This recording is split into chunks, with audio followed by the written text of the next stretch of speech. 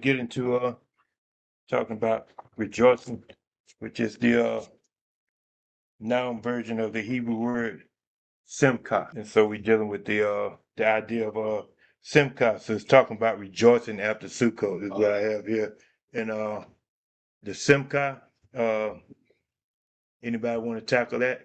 From the strong definition of H8057, where the definition of it is to serve Yahuwah, with gladness, to pretty much having the inner happiness. It's not about something happening. You know what I mean? It's about you actually possessing this type of happiness, that it is something that you embody. So we can go with somebody give me the definition that they get from that, and then they can give me their breakdown from that. Or like to rejoice, be glad, Mm-hmm. to make glad, to cause to rejoice. Mm-hmm. That's what you got. Mm-hmm. But that's what it's saying in that. But the whole thing is just it's not so much as it's about you actually deliberately doing this. It's like a mindset, something that you're fixated on. It's like something that you embody. It's not so much as like if someone smile, they smile because they saw something that made them happy.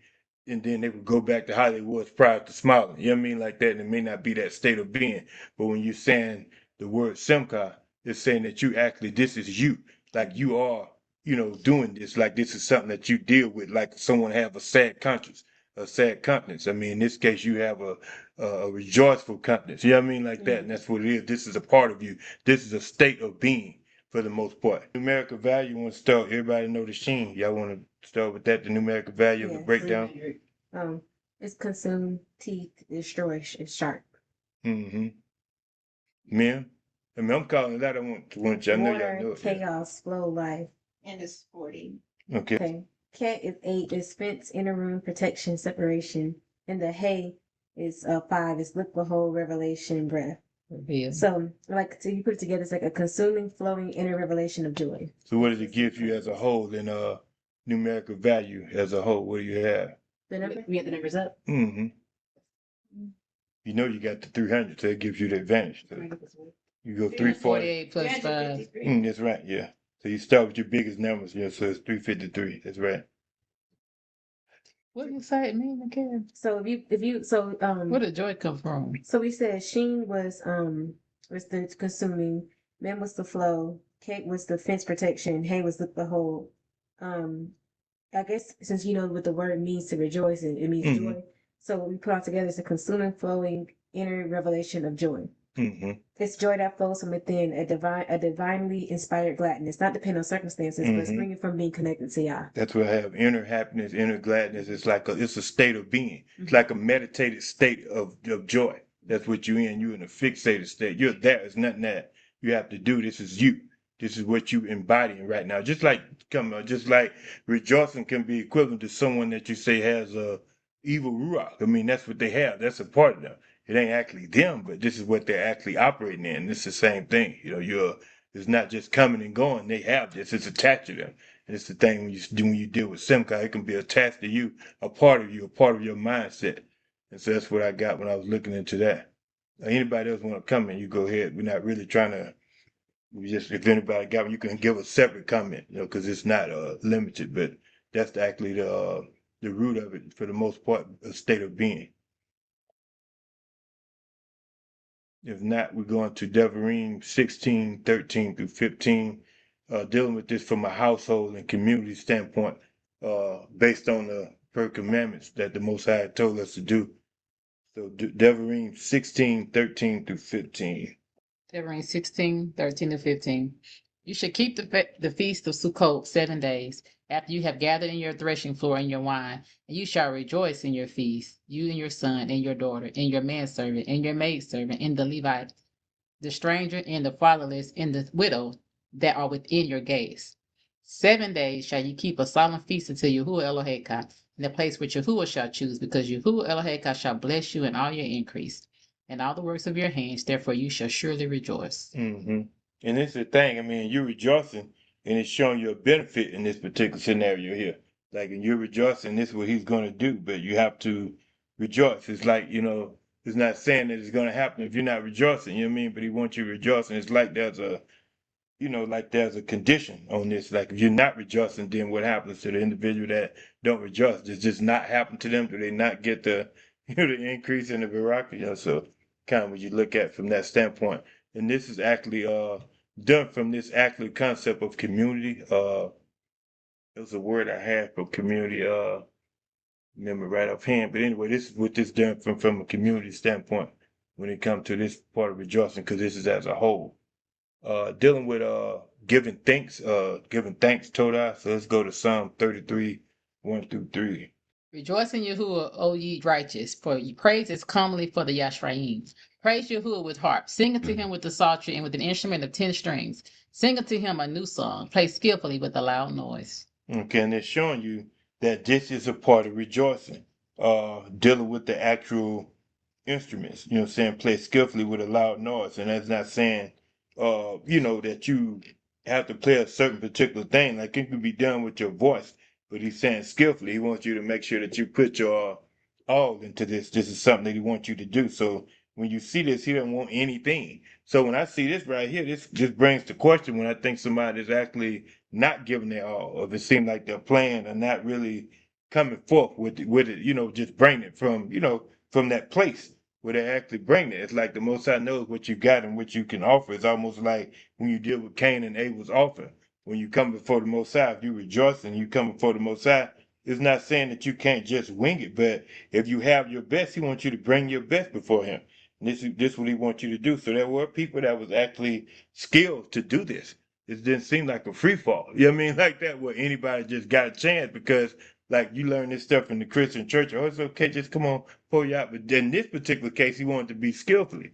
That's it. And it's supposed to be done from a place of excellence, not from a place of God knows my heart.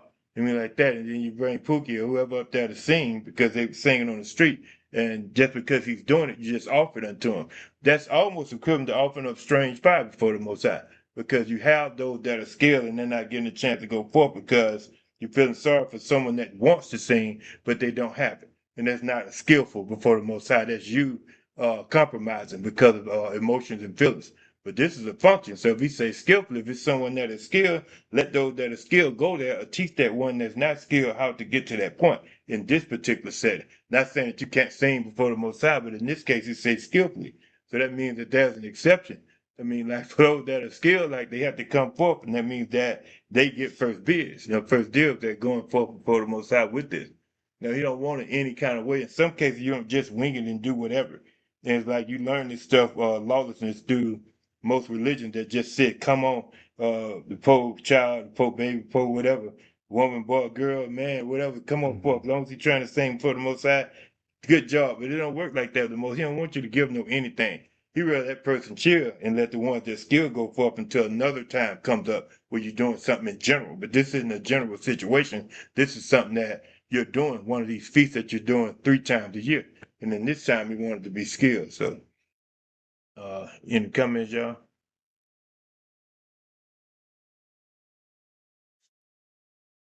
Y'all get the concept of that by not just coming any kind of way at this particular time.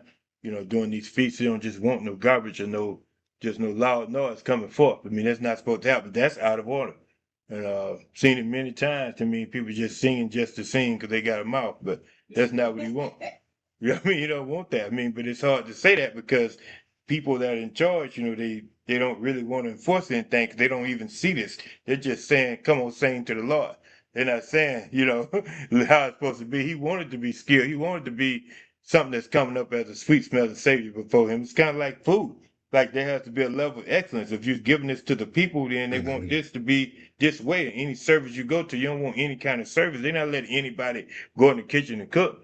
Like, I mean, the person has to be qualified. You know what I mean, when they have to go to these restaurants and say, okay, I'm a sous chef or whatever it is, you can't just come any kind of way. You have to have a certain level that follows you, and you have to have a name. I mean, people know you. They know you for what you do. You ain't just coming back there and taking over. But, when you see these things happen, it shows that there's no order, and the Most High is not pleased with just doing anything when there are ones that can do better, or you can seek out what's better, you know what I mean, to give them your best. So, uh, let's look at this worship mindset, Devarim 28, uh, verse 47. So you should have a mindset of worshiping. for us coming for the Most High shouldn't just be you're worshiping. It's once again the same thing. Like you're not just coming to worship the Most High, saying I'm worshiping Him through what you're doing or what you're saying. Is actual certain postures and certain things that you do, like you mentioned. If you want to speak on, if you feel like the revelation about the worship and stuff like that, concerning what your take is on it, Oh yeah. just basic. You don't have to be outdrawn. Just in general, if you want to. Oh, I don't just want to screw it up. If I've you had said it certain before. comment, yeah. We've said it before on here about shaka, Mm-hmm. the word Mm-hmm. for worship. Basically your posture is to bow down, humble yourself before the Most High. Not like, sometimes we learned in church that slow music was worship music, Yeah. but the Yeah. the word shaka basically means to humble yourself, bow down, prostrate yourself. So. Like Deuteronomy 28:47. Devarim 28:47. Because you serve not Yahuwah Eloheka with joyfulness and with gladness of heart for the abundance of all things. Keep reading. Okay.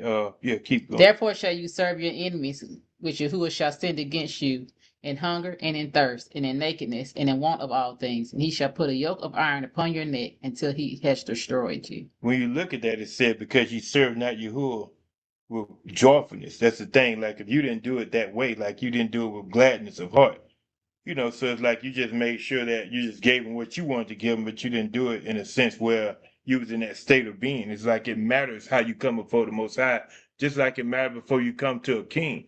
Like at what point does he not be higher than the king? You think that you can come to the king and then you can get beheaded for having a sad conscience coming before the king. And it's the same thing. The Most High don't want you just coming any kind of way, and then you just you're in this down state, like you have to get yourself together sometime before you come before the Most High. I understand if you're feeling bad or you're in there praying because something happened or whatever case may be, or you're down, you got to keep pushing. But when you're saying you present yourself before the Most High in a certain setting, when it's like a formal type setting, when there's people or whatever the case may be, the Most High don't want you coming any kind of way and just coming just to show up just to show up. Like, I mean, it's best not to even do it most of the time because it's not really pleasing in the eyes of the Most High just coming and kind of dragging your feet and just saying, oh, whatever. Because you don't do that when the time comes. It's like when you have this time of need, you want him like right now, you want him to come on with it. And you're thinking, why aren't you coming? You're supposed to be the Most High. And he's thinking the same thing, like, why aren't you giving me your best? I mean, you're supposed to be saying that I'm the king. I mean, I'm the one that you're worshiping. Like, why is it that you give man your best and you don't give me your best? A lot of people feel better putting on or whatever the case may be, or showing up for somebody in the flesh than they do for the Most High because of the fact that they see that person. But that person can't help you when it all boils down. When it's something that's deeper that you need, it's the Most High once again. So why not just overlook what you're doing that you're putting in front of Him and skip them and go to Him? Not that you Right. did somebody, but He should have more honor than the individual. That's the thing. So Yeah, Nero. All right.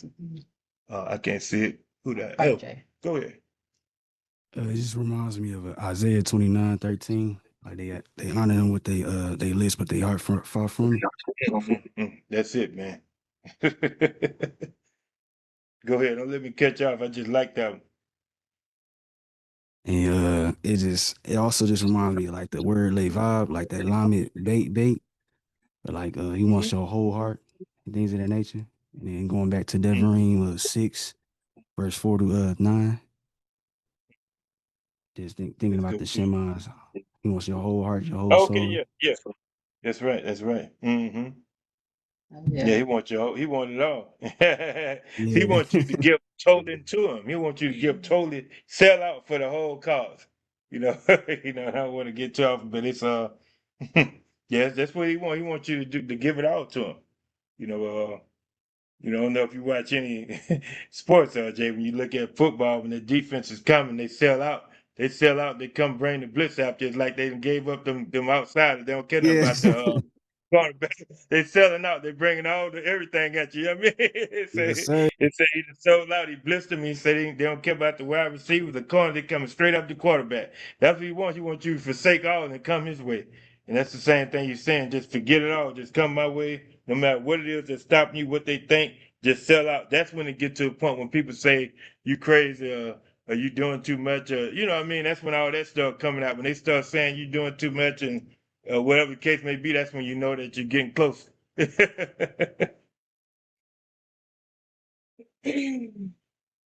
And you won't hear that from people that's trying to walk upright. You'll hear this from ones that's trying to be lukewarm. Like ones that's striving to be in Torah, they'll understand. But ones that's trying to be on that borderline, oh man, it's like, oh, you got to do all that. They'll say it don't take all that. And that's when you know at that point, they're not trying to give all. They're just trying to be in a form and fashion for the most part, you know.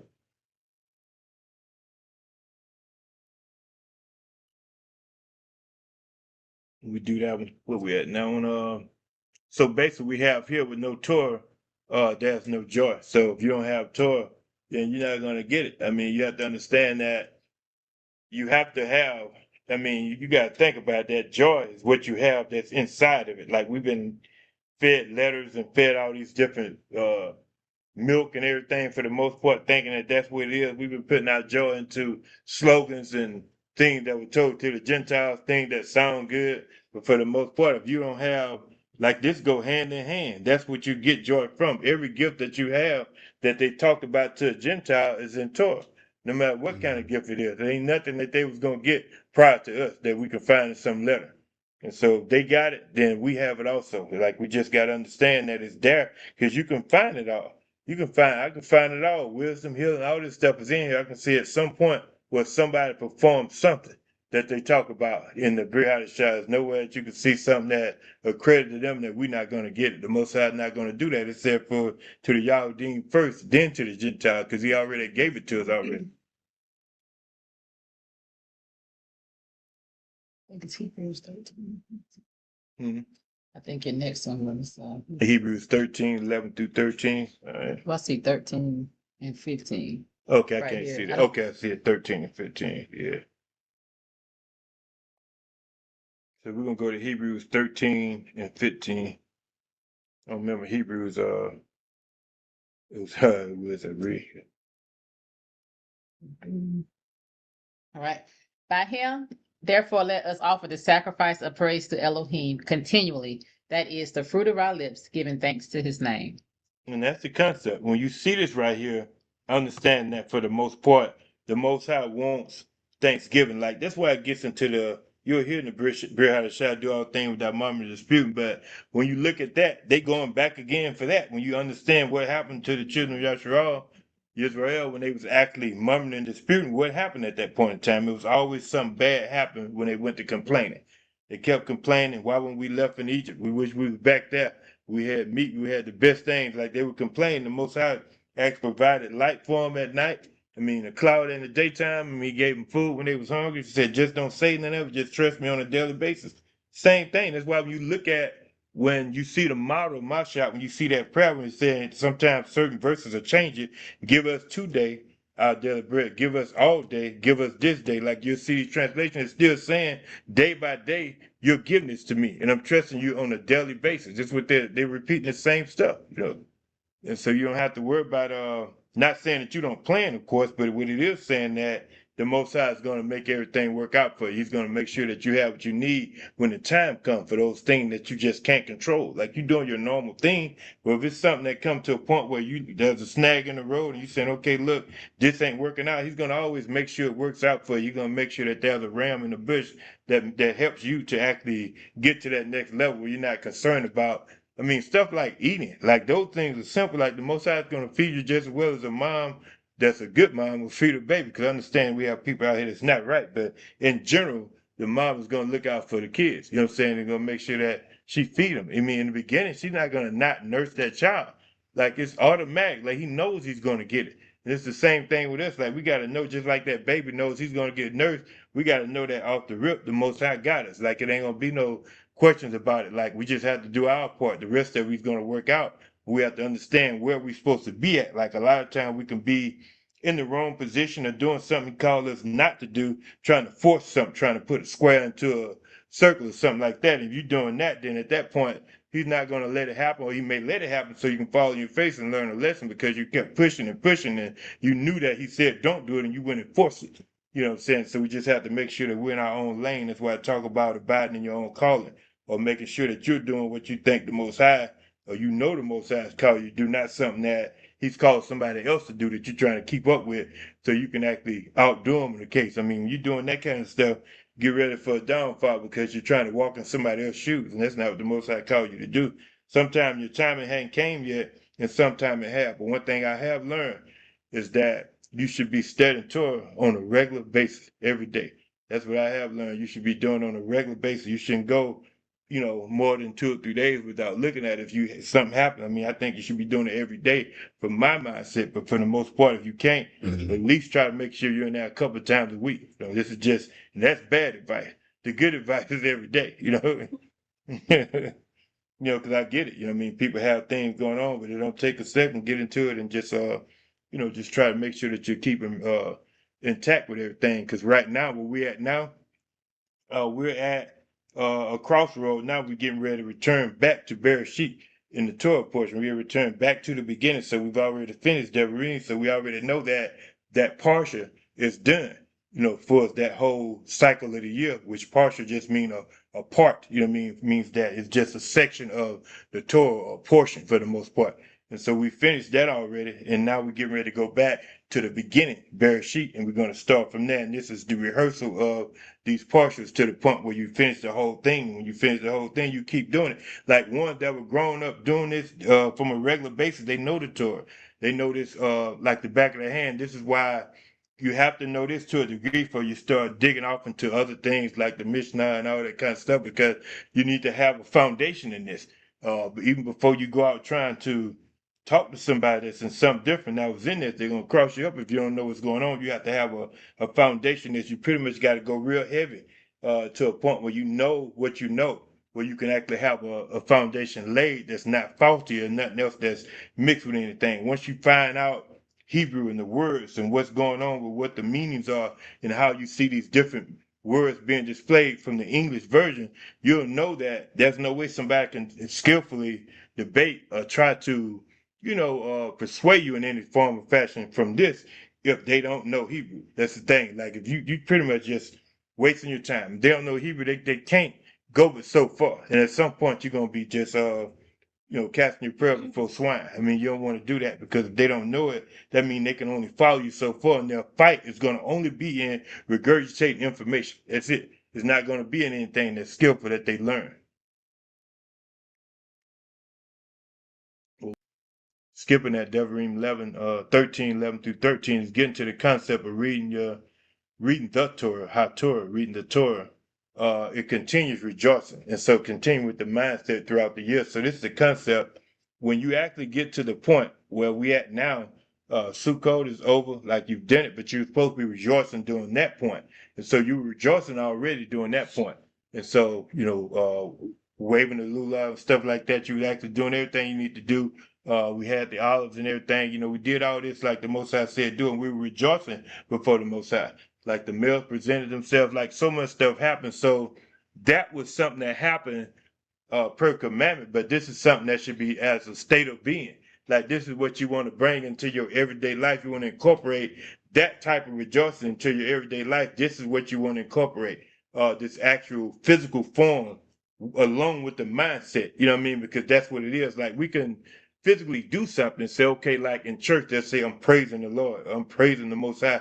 Like you're saying you're doing this. You're saying, okay, let everything that has breath praise you, Yahuwah. You're saying, okay, you're doing this, but you're doing this physically, but are you doing this mentally also? Like if this is something that you have in your heart to do, or this is something you're doing for outward show. And when you actually do this as a mindset, as an actual meditative state, like when it's something that begins to be a part of you, this is something that you actually embody. And so at this point, this is something that you want to do. This is something that it's kind of like when you start getting introduced to dealing with some of the prayers from the Siddur, for those that know about it, it begins to be a part of your cycle. Like this is something that you don't want to, like you feel some type of way if you skip, if you just didn't do something that you thought that you should have done.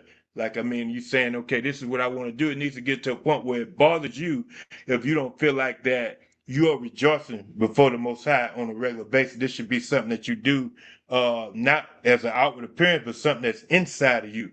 that you know for a fact that you're saying Todayah just for the mere state of being here. Like he didn't have to wake you up this morning. That's why one of the prayers talk about bringing breath back into your body. Like, I mean, just the mere state of being is a rejoiceful thing, something to rejoice on. So it's like, and so it has to continue throughout the year. Like it's a mindset, something that you want to incorporate. Like this is something that you want to get to a point where you know that even though Sukkot is over with, we understand what we were doing at that time. We want to bring the rejoicing part of it over into the regular time frame where we'll be doing this in real time on a regular basis, not waiting to go to a Sukkot, but doing this on a regular basis. So we're to the point where ones look at you and they say, man, it's something about them. They have a something, it's something about them. It's not this fake stuff. I mean, something about you that not to the point where you look at this as some form of in the Christian set where it's weakness. I mean, but it's a point where the Most High, when He deal with this, where you know when to move and when not to move. You know how to understand. It's a time to be angry. It's a time to be sad.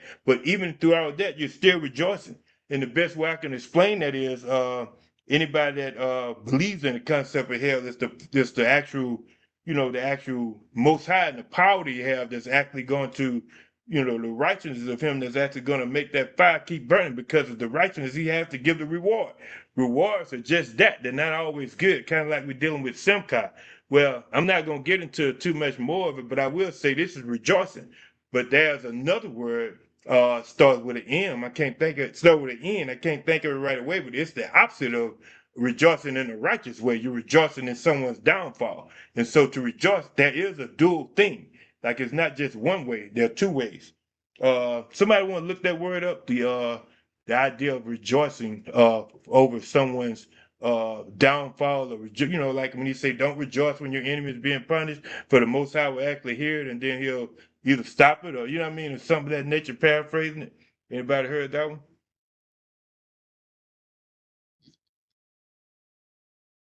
I know what you're talking about Because now. there's a righteous rejoicing, like we're doing before the Most High, but there is a wicked.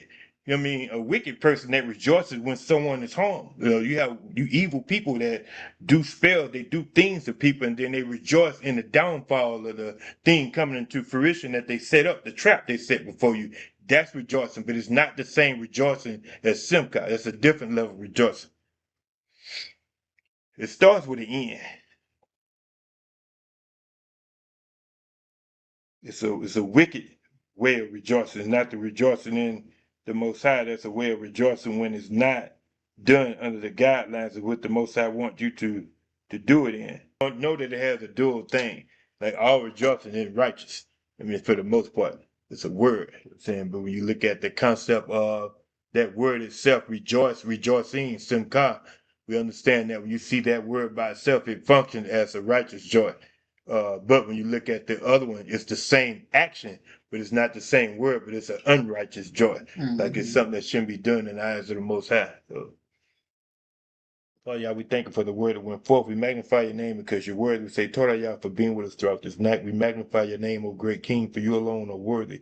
For you alone are marvelous. For who is that like unto thee, Father, y'all? We magnify your name. Father, y'all, we thank you right now for being with us. We thank you for your Malachim and camping around and there on their posts as we go throughout the rest of this night. We magnify your name and thank you for giving us the joy that we need, that we may walk in gladness and understand that we may serve you with gladness in a whole heart, mind, and soul. In the name of Son Yahushua, we pray. Hallelujah. Barak Hashem Yahuwah.